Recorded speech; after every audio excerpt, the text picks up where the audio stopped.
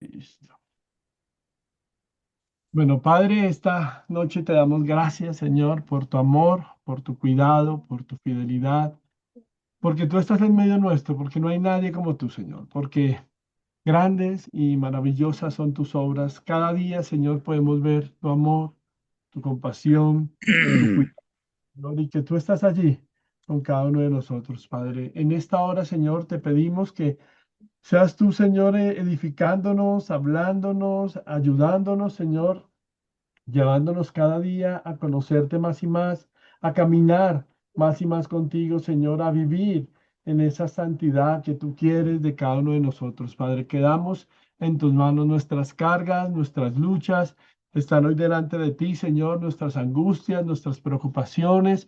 Están hoy delante de ti, Señor. Esta noche te pedimos que seas tú ministrando nuestros corazones, llenándonos de tu presencia, de tu paz, y de tu tranquilidad, Padre Celestial. Oramos a ti, Señor amado, para que podamos seguir cada día descansando en esa maravillosa presencia que tú nos das. Esta noche queremos honrarte, Señor, y dejar nuestras cargas y nuestros corazones delante de ti.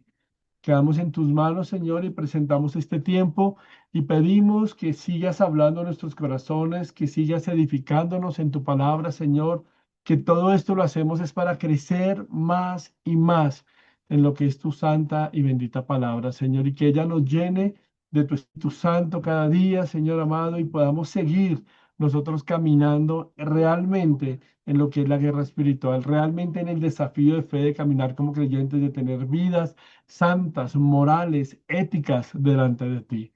Gracias, Señor, por lo que haces y por lo que seguirás haciendo.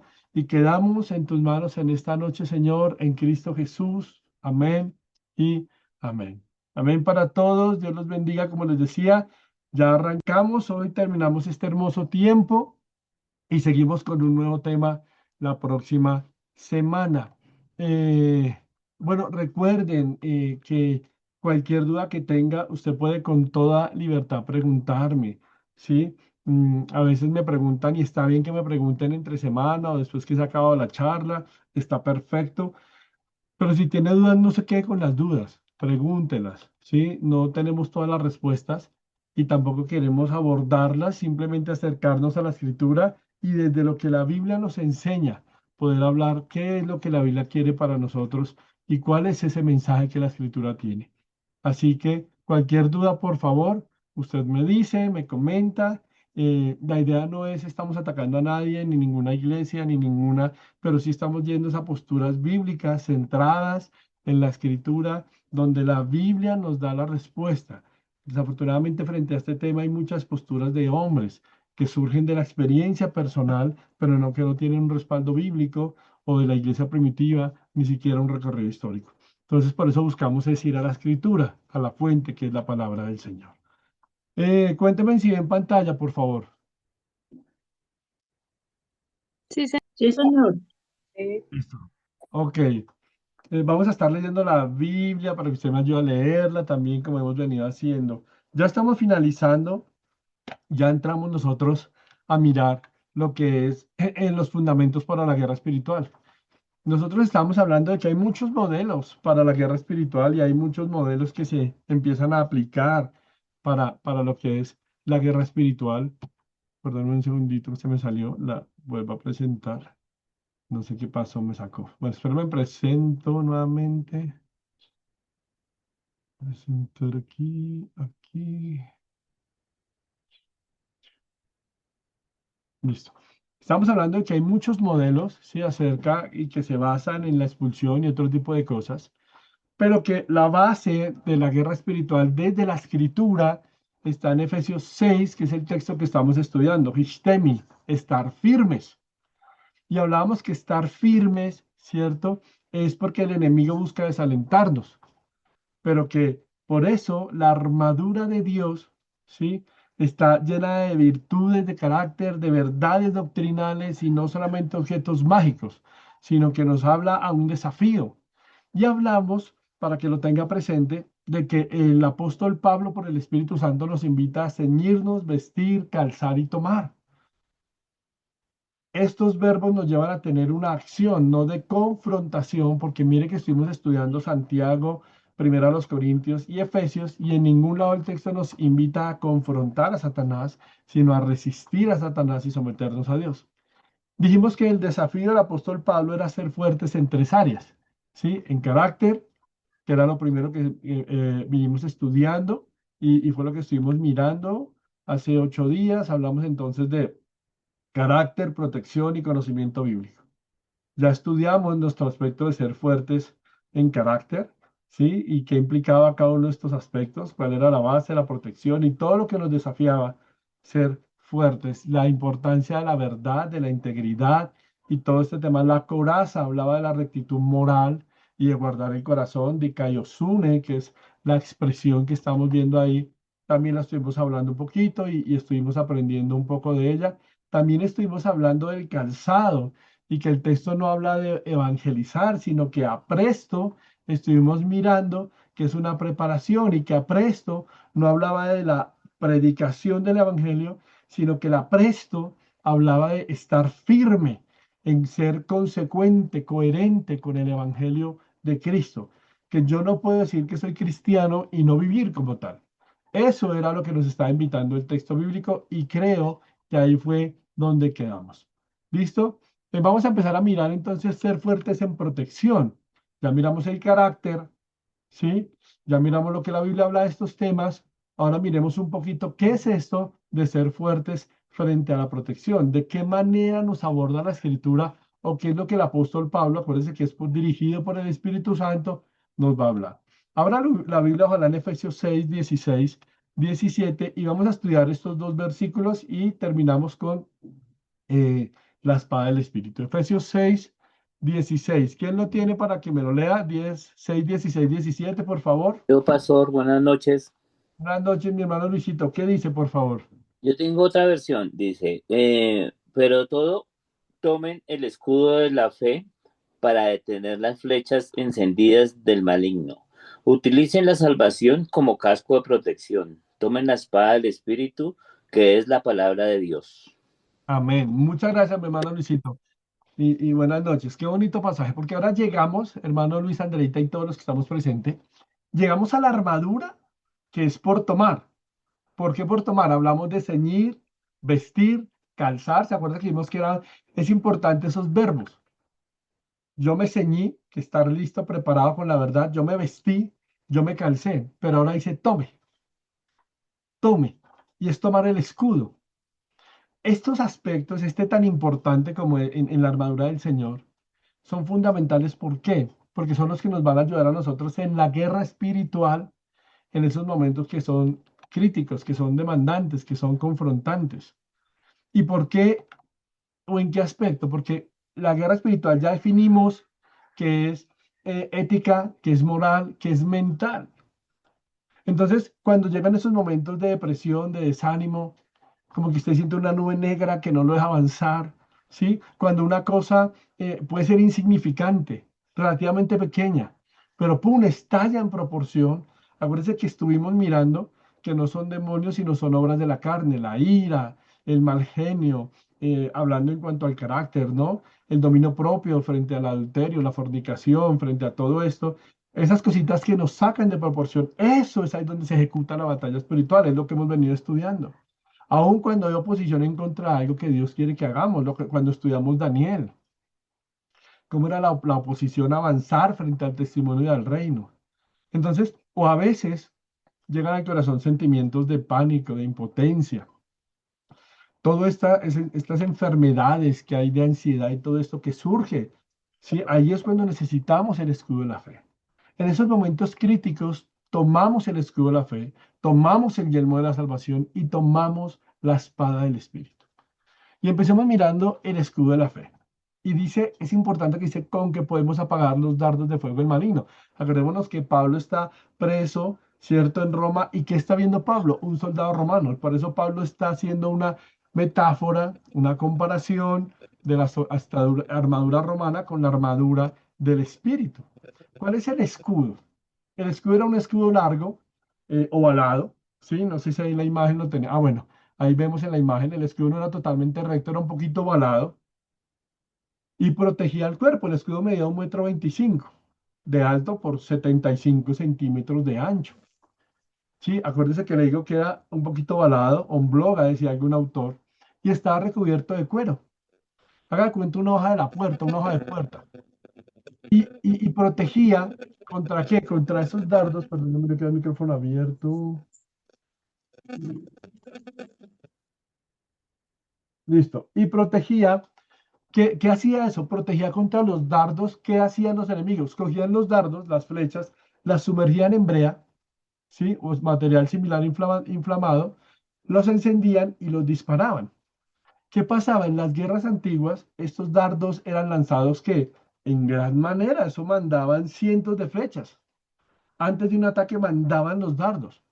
¿Cuál era la idea de mandar tantas flechas? No era solamente herir al enemigo, era golpear por un número masivo de flechas y así generar ¿qué? Pánico, susto o confundir al enemigo. Y Pablo tenía eso en su cabeza, porque Pablo había visto, conocía, Pablo era un hombre supremamente erudito, las guerras romanas. Entonces, cuando botaban toda esa cantidad de flechas, no sé si usted ha visto películas como Corazón Valiente, como ay, bueno, tantas películas que ahorita se me escapan que son de esa época, lanzan muchas flechas y eran cientos de flechas. La idea no era solo darles, era confundirlos y amedrentarlos. Ese es el contexto que hay en la cabeza de Pablo. F. Bruce dice, aun cuando el misil era atrapado por el escudo y no penetraba el cuerpo, dice Livy, causaba pánico, pues era lanzado cuando estaba bien encendido y su movimiento por el aire hacía que ardiera ferozmente. Así el soldado era tentado a deshacerse de su escudo que estaba en llamas para ser Paz expuesto a no la se está escuchando. No, no, ¿alguien me escuchan bien o no me escuchan? Sí, ahí se escucha Sí, bien. se escucha. Sí, se escucha bien. Bien, pastor. Sí, mi Muy hermana, bien, sí, señor. estoy escuchando bien. Ah, bueno, entonces creo que es el internet allá, Sunicita. Me comentas, porfa. Y vuelvo a tratar de darle un poquito más duro. A ver si le puedo subir el volumen a esto. Ya. Gracias. Entonces, mire lo que dice. Así el soldado era tentado a dejar su escudo que estaba en llamas para ser expuesto a las lanzas del enemigo. Pero el escudo de la fe no solamente atrapa a los dispositivos incendiarios, es decir, las flechas, sino que las extingue. Los dardos de fuego a los que está hablando Pablo, ¿sí? Haciendo alusión a esas flechas en los combates. Hombre, ¿qué eran? ¿Cuáles son esos dardos contra los que el creyente necesita protección? Pues son todas aquellas tentaciones, dudas, desesperaciones que llegan a la mente. Satanás bombardea de manera continua a los hijos de Dios.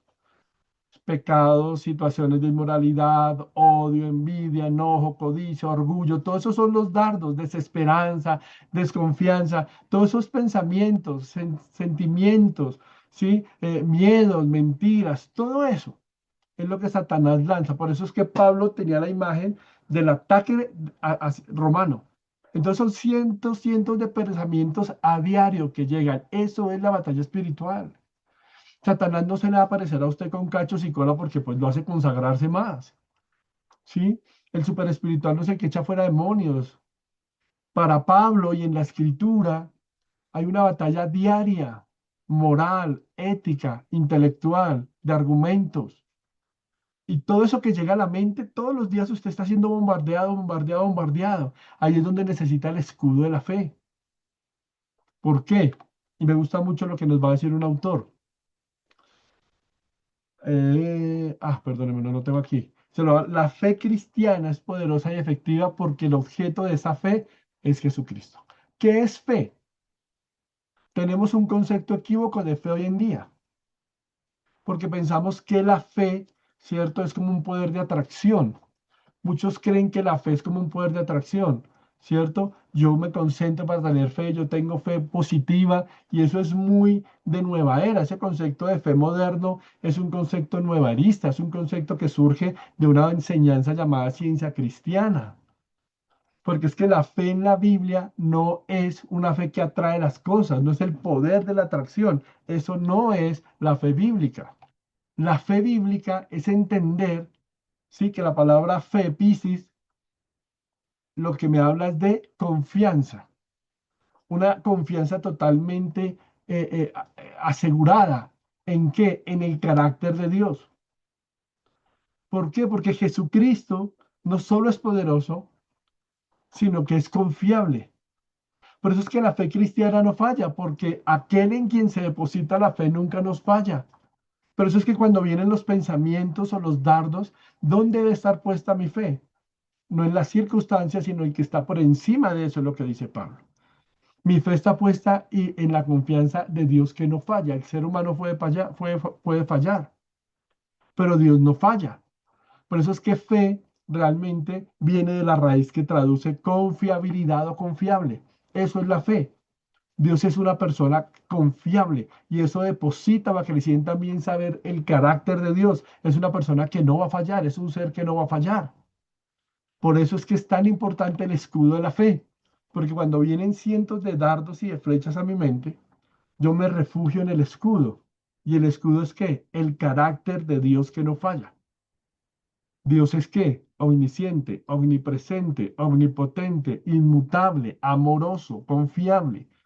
Por eso es que sé que Él no va a fallar. No sé si me estoy dando a entender. ¿Vamos bien hasta ahí? Sí, Sí, señor. señor. Sí. Listo. Por eso es que es fundamental el escudo, pero es el escudo de la fe. Por eso es que cuando las flechas venían, ¿sí?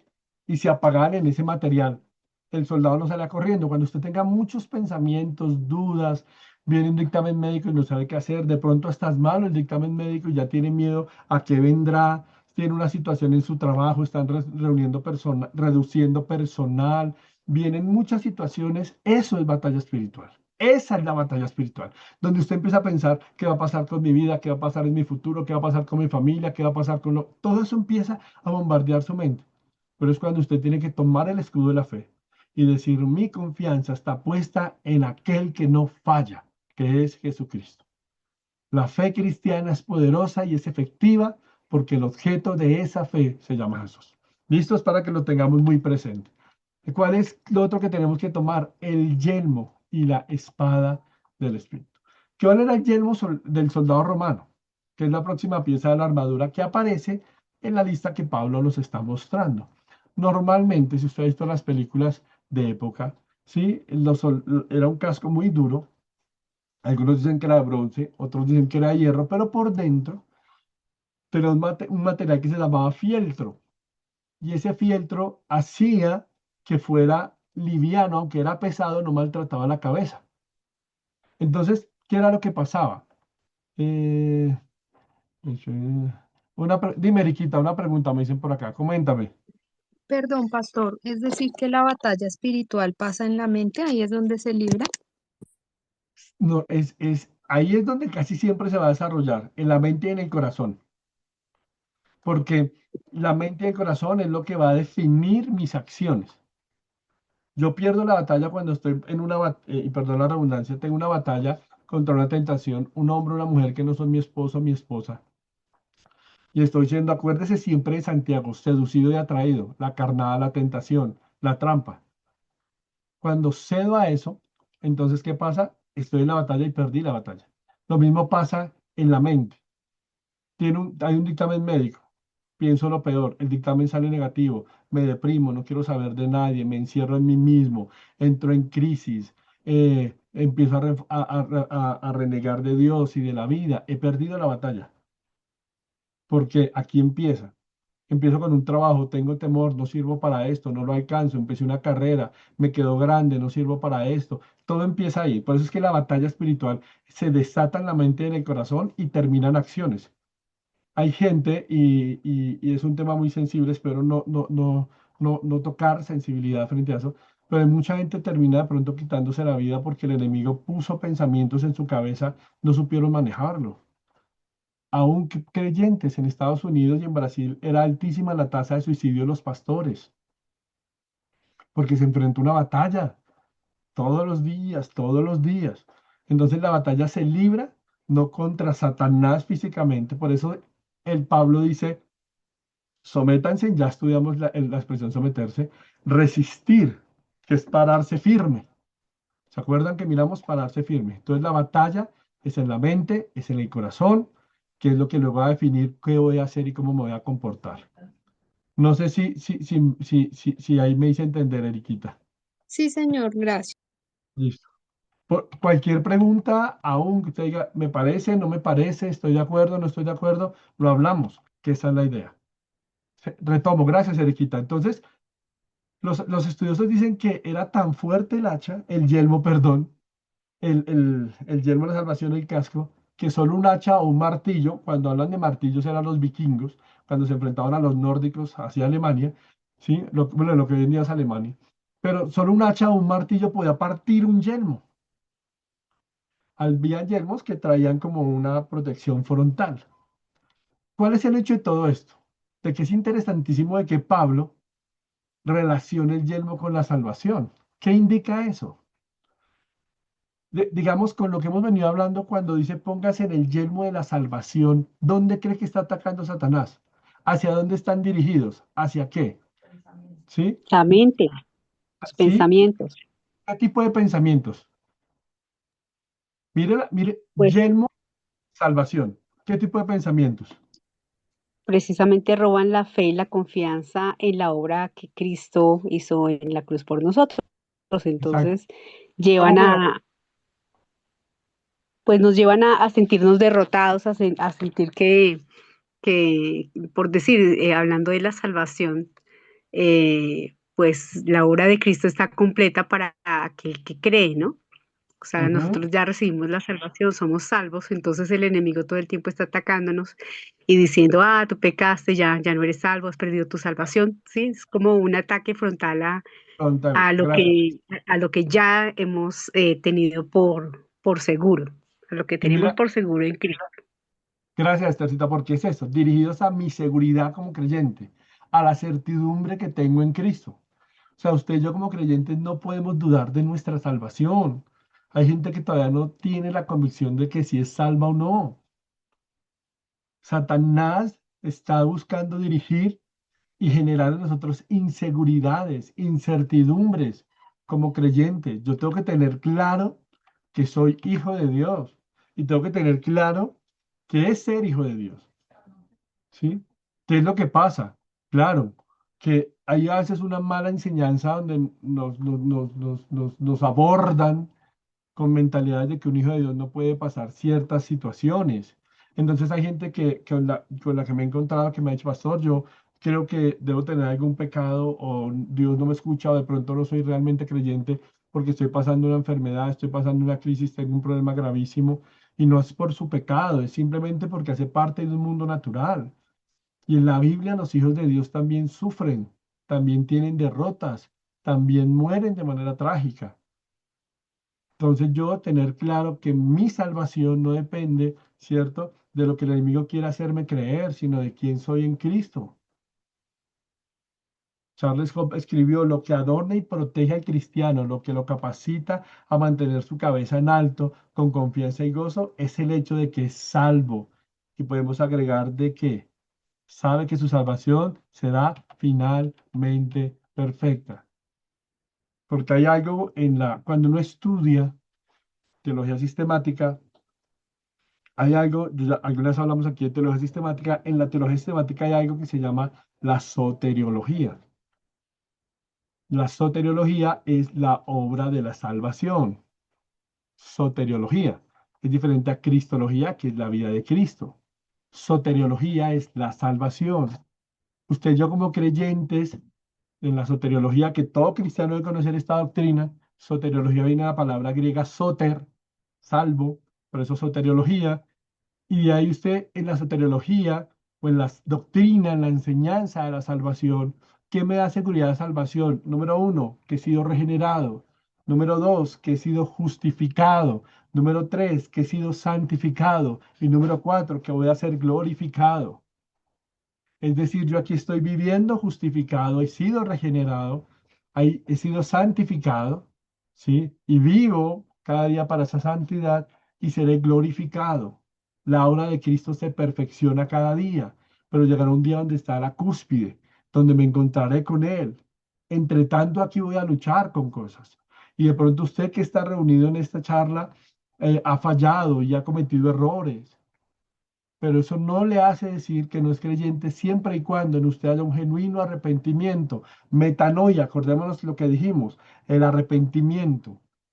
Cuando hay un verdadero arrepentimiento es una señal de que soy hijo de Dios. No sé si me estoy dando a entender. ¿Vamos bien hasta ahí? Sí, Sí, señor. señor. Sí, ¿Está claro? señor. Es que la mente del creyente pues está segura, está protegida cuando ¿qué? Cuando su mente y su corazón están protegidos o están rodeados o están asegurados de quién es como hijo de Dios, de qué tiene Dios para él. Y eso es a lo que nos desafía la escritura. Entonces usted debe conocer, he sido justificado, porque hay un momento donde Satanás va a querer señalarlo o señalar su pecado. Usted ha sido justificado, usted ha sido regenerado, usted ha sido santificado y usted ha sido glorificado. Pregunta, ¿conocemos, tenemos claridad de estos conceptos?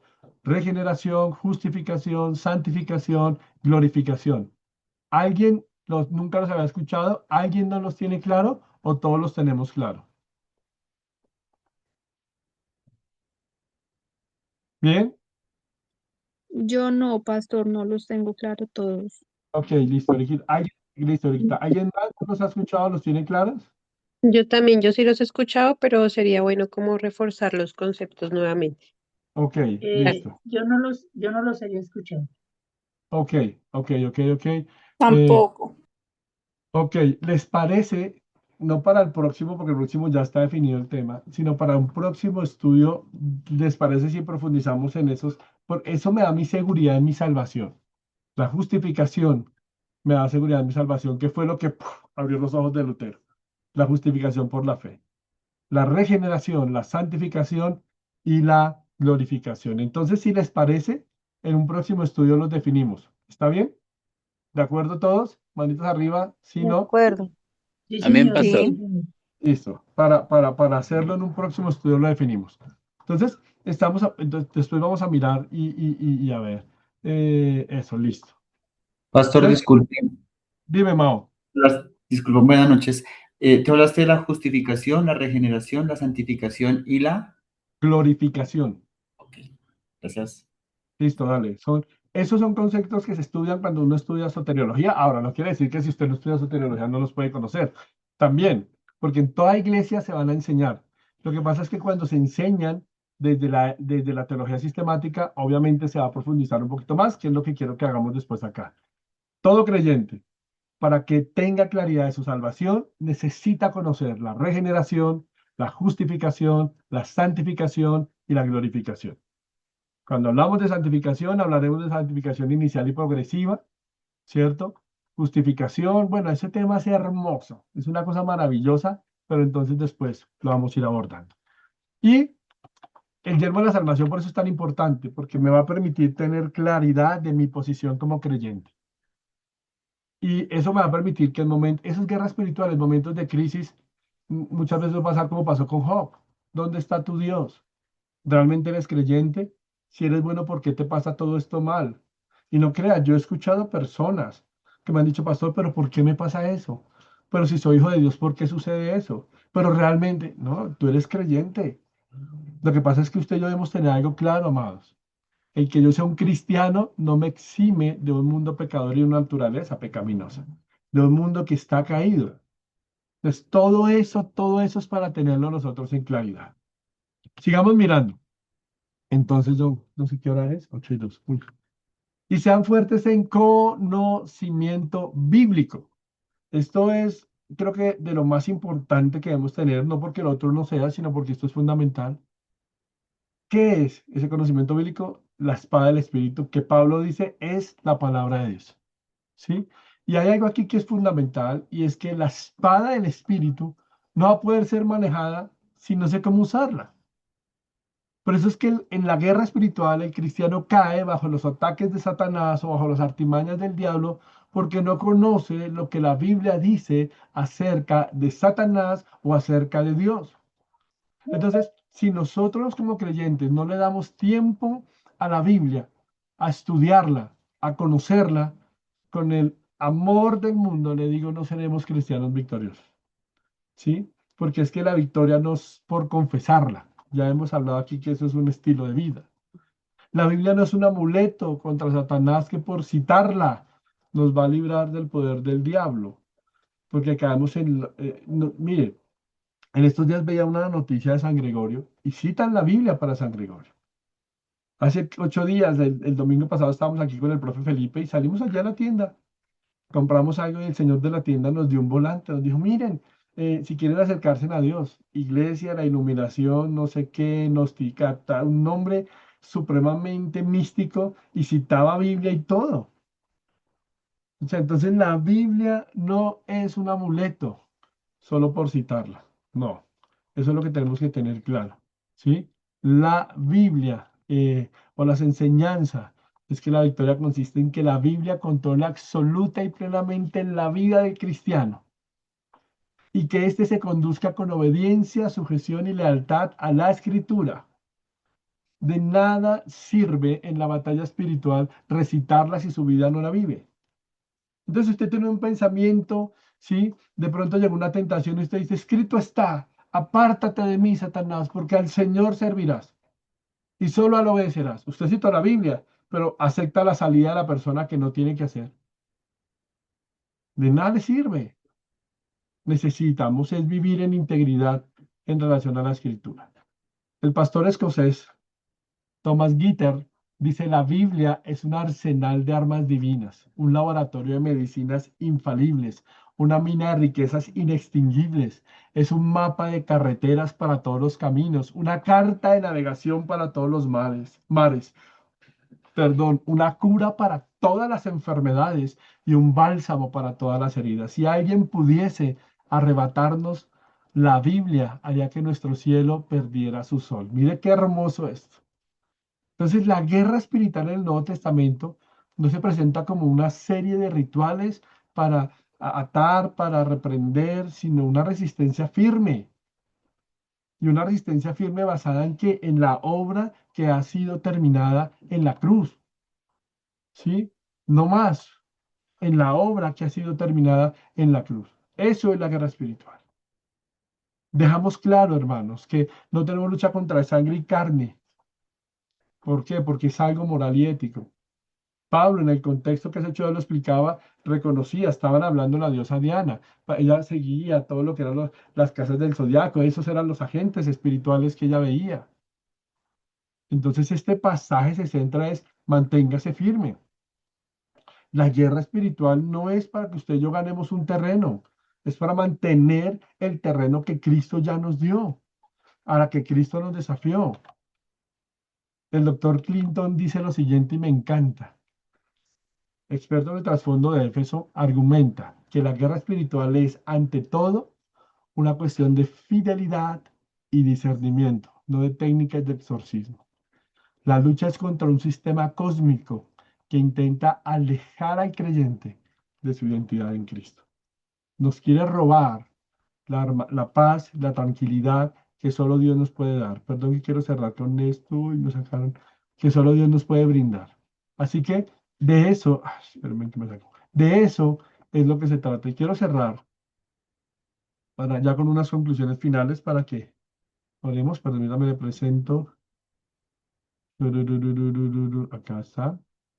Para ir cerrando nuestro tema. Ya, ahí ven pantalla, me cuentan. Sí, Sí, señor. señor. Listo. Sí, señor. Entonces, Sí, todo eso señor. gracias, nos habla la armadura, ¿sí? Todo esto es lo que venimos hablando, espero que estoy ubicándome aquí en mis últimas notas. Ya. Entonces, la guerra no es para ganar terreno, sino para mantener el terreno firme que Cristo ya nos dio. Quiero ubicarme en la última parte para finalizar, para que reflexionemos en estas conclusiones que he traído. Acá. La armadura de Dios, que es lo que ya estuvimos mirando. Y pensemos en esto, ¿sí? Lo que hablaba este autor. La lucha es contra un sistema cósmico que intenta alejar al creyente de su identidad en Cristo. Entonces, ¿qué necesitamos entender para ir cerrando desde una doctrina bíblica? Número uno, que no es orar para controlar realidades invisibles. Usted y yo oramos, para someternos a Dios. Recuerde Santiago 4:7. ¿Sí? No es tampoco No es fe como autosugestión, sino como confianza objetiva en Cristo. Tú todo lo puedes, tú todo lo alcanzas. Entonces, confía y tú lo lograrás. A veces hay una fe que es muy antropocéntrica, centrada en el hombre. Tú lo alcanzarás, tú lo lograrás. Tú eres el centro. Y sin darnos cuenta, muchas veces escuchamos predicaciones o cantamos canciones que se centran en el hombre. Tú lo alcanzarás, tú lo lograrás, tú eres un victorioso. Y no quiere decir que esté malo. El tema es que el hombre tiene que entender y reconocer que frente a la batalla espiritual, sin Cristo no es nada. Por eso es una confianza objetiva, dirigida hacia Jesucristo, que ya nos dio la victoria. Por eso es que la batalla espiritual no es contra demonios, porque ya vimos que Cristo los despojó y los venció en la cruz y nos delegó su victoria para mantener el terreno como hijos del creyente, que es a lo que llamamos y en lo que caminamos. Vi por ahí una mano levantada. ¿Hay alguna pregunta? ¿No? Ok. Listo, sigo. El énfasis bíblico no está en la confrontación directa de fuerzas espirituales, en la perseverancia en una vida transformada por el Evangelio. Estar firmes, someterse. Recuerda que todo esto dijimos que eran elementos donde yo me pongo bajo la autoridad de Cristo, donde yo me someto a Dios. Siempre pienses estar firme y siempre tenga en su corazón el texto de Judas. Dice que el ángel, confrontando a Satanás por el cuerpo de Moisés, no profirió palabras, sino le dijo, el Señor te reprenda. Él no se empezó a hablarle ahí en lengua, ni empezó a reprenderlo, ni empezó a decir, toma autoridad contra toda fuerza espiritual y Satanás, te reprendo en el nombre de Jesús. No, no lo confrontó porque no es nuestro llamado. O sea, nuestro énfasis, ¿sí? No es andar mirando demonios en todo lado. No es identificar demonios en territorios. No es atar y desatar principados. No es dar vueltas, no es pisar lugares. Eso no es guerra espiritual. Eso no funciona de esa manera.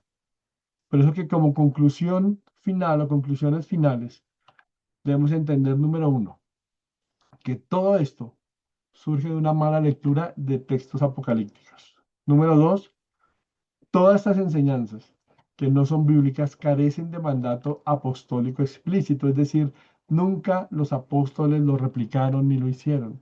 Número tres, estas enseñanzas distorsionan la doctrina del pecado, donde el hombre no reconoce su maldad, su necesidad de cambiar, sino de todo culpa al diablo. Número cuatro, estas doctrinas, ¿sí?, debilitan la centralidad de la obra de Cristo, ponen más énfasis en lo que yo puedo hacer y no en lo que Cristo ya hizo por mí. Número 5. Se apoyan en experiencias sugestivas que en exégesis sólida, es decir, en un acercamiento serio a la palabra del Señor. Y quiero cerrar con esto. Victoria en Cristo y llamado a la fidelidad. En Cristo, la victoria sobre las fuerzas espirituales ya ha sido ganada en la cruz. Nuestra responsabilidad es permanecer firmes en la sana doctrina, rechazando enseñanzas erróneas que distorsionan la verdad bíblica.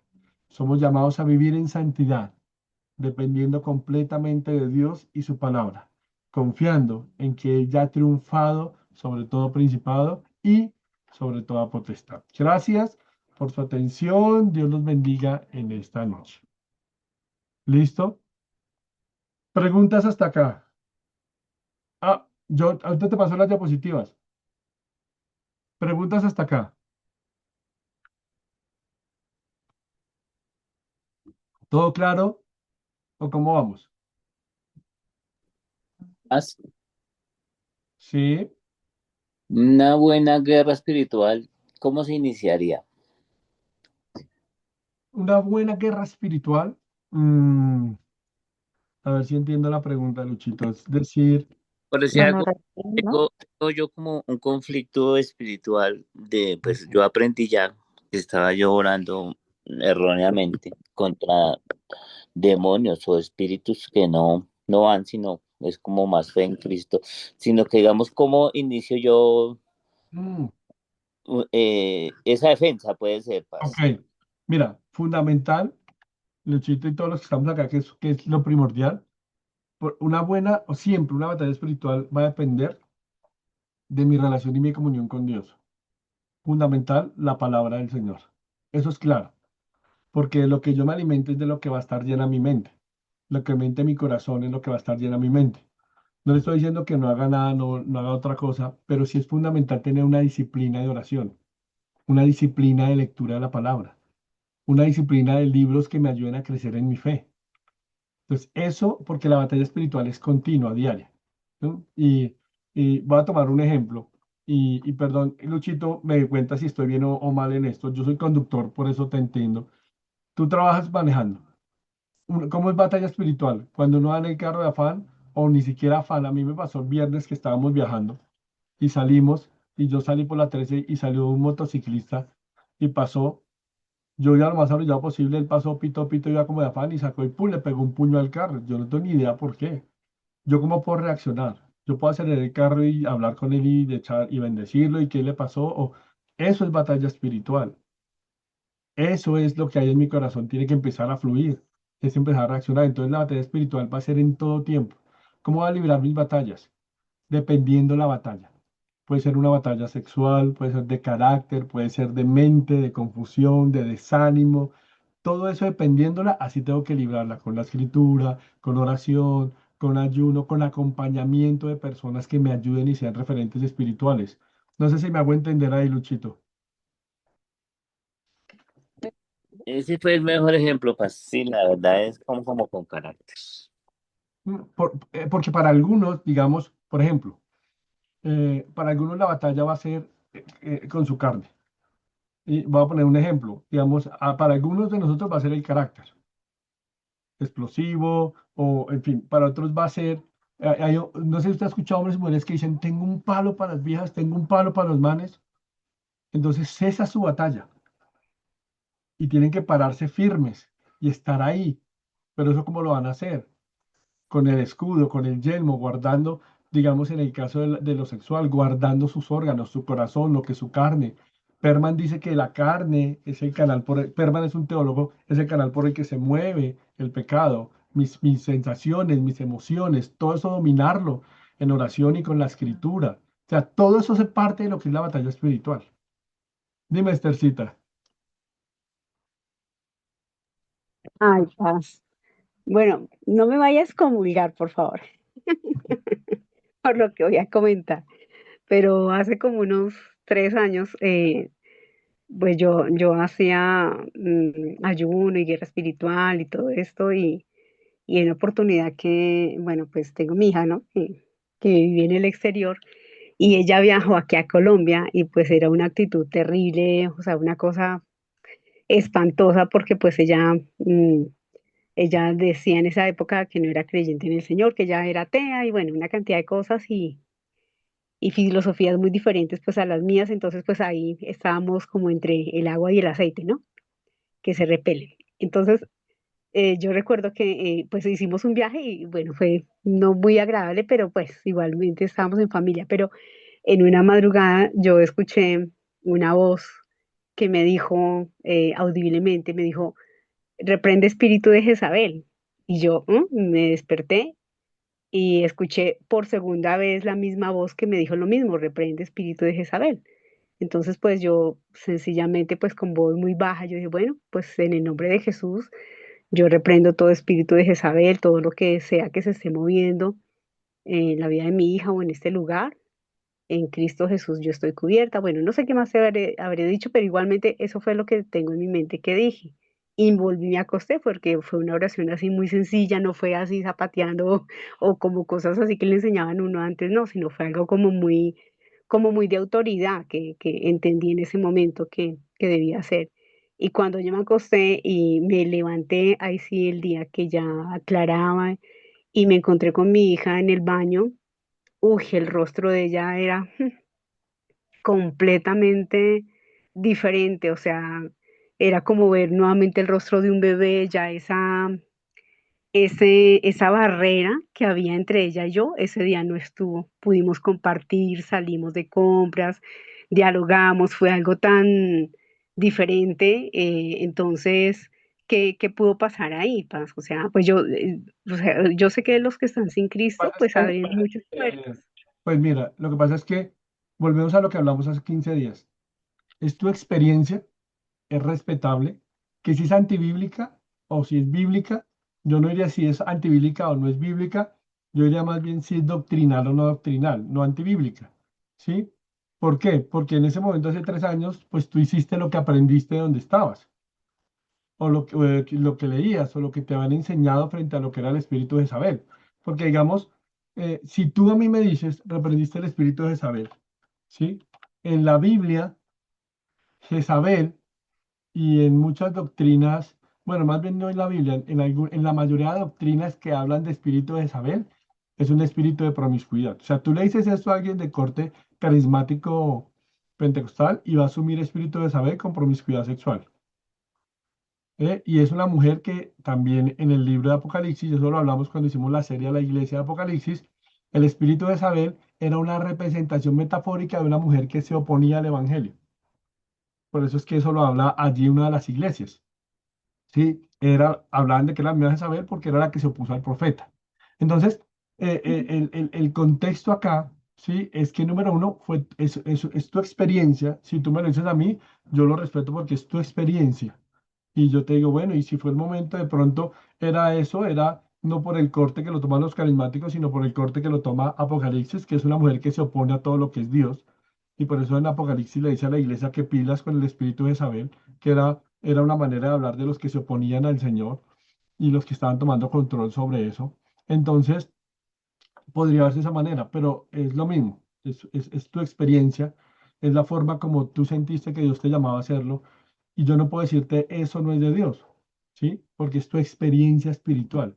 Ahora, que lo repliques y escribas un libro, ahí sí te diría yo, eso no es una doctrina, fue tu experiencia espiritual, como la experiencia cuando David comió de los panes sin levadura, era algo para David. Como la experiencia que José interpretó sueños, era algo para José, no un ministerio para interpretar sueños, fue la experiencia de José para un momento determinado. Pablo habla del Dios de la multiforme gracia. Hay gente que hoy en día dice que hay un ministerio de interpretar sueños. No, eso no es un ministerio. Eso es un área del ocultismo. Porque es que la Biblia no habla de interpretar sueños. José interpretó sueños y Daniel interpretaron sueños para un momento específico en el desarrollo de la función mesiánica o del propósito de Dios.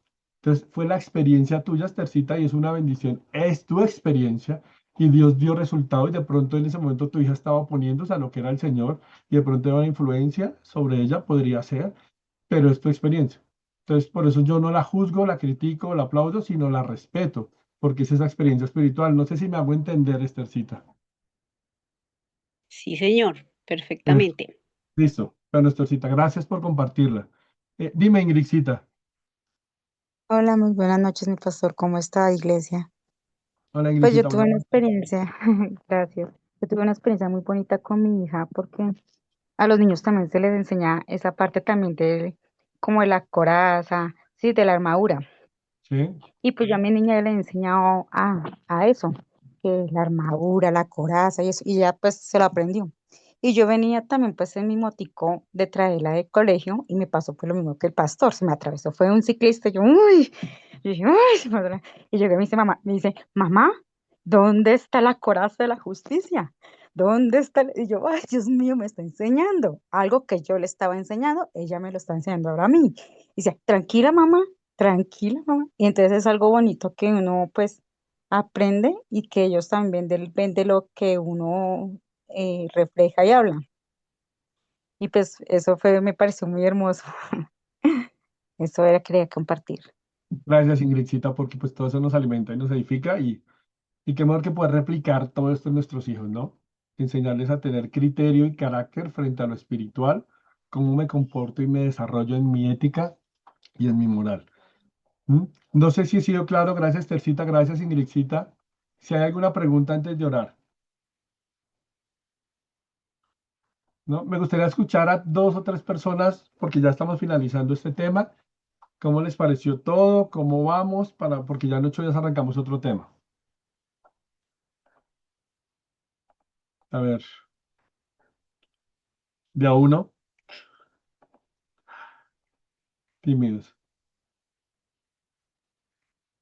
Yo Mi no voy paz, a volver muchas a escuchar gracias. como que Ahí sí acordado todos como al tú. tiempo. Ah, ¿Quién va a hablar? No, te digo que que yo, bueno, digo yo, es que yo voy en Transmilenio y no pude ver las imágenes ni nada porque pues igual acá me toca guardar el celular siempre. Pero sí, Dios mediante, voy a pasar los anteriores, incluyendo este, ya en casa cuando te quedan contados en YouTube. La pregunta que yo iba a hacer es que para diferenciar los que están colgados, que son programas, y lo que son predicas, cómo diferencio el uno al otro para poderlos escuchar? Pues, es que las prédicas están en el canal de YouTube de la iglesia. Estos estudios bíblicos están en el mío, porque yo lo montaba directamente desde Zoom y se demoraba, o no había espacio para muchos para descargar los videos. Entonces los monto en el canal de YouTube que abrí y ahí mando los enlaces. Entonces, las predicaciones de Casa de Paz están en el canal de Casa de Paz. Los estudios bíblicos de la iglesia están es en mi canal, mientras después los mandamos a la iglesia y hacemos la carpeta. ¿Listo, mi Arisita? Sí, fue Aris, no sé quién me habló. Creo que fue Aris. Ok, ok, Eh, es que me toca guardar el celular. Listo, Tranquila, listo. estás por allá en la emisora o trabajando. ¿Quién más iba a decir algo? Oramos ya. Muchas gracias, pastor. Muy, muy edificante este estudio, despeja muchas dudas y pues en lo personal me ayuda mucho a combatir mi ignorancia frente a muchas cosas que he entendido mal y a otras que no conozco. Entonces, muchísimas gracias, pastor. Bueno, Riquita, la idea es, eh, no, hablaba con alguien que me decía, pastor, es que de donde vengo, todos nos formaron así, ¿sí? Y genera una crisis de fe. La idea no es generar crisis de fe, ¿ok? La idea es crecer, aprender y frente a cualquier duda, no reparen decirnos. Yo pasé por muchos años de ignorancia, porque lo digo sin ofender a nadie, en ignorancia, pero estuve mirando qué decía la Biblia frente a otros temas y eso nos ayudó mucho. Entonces, gracias, Eriquita, gracias a todos los que están conectados.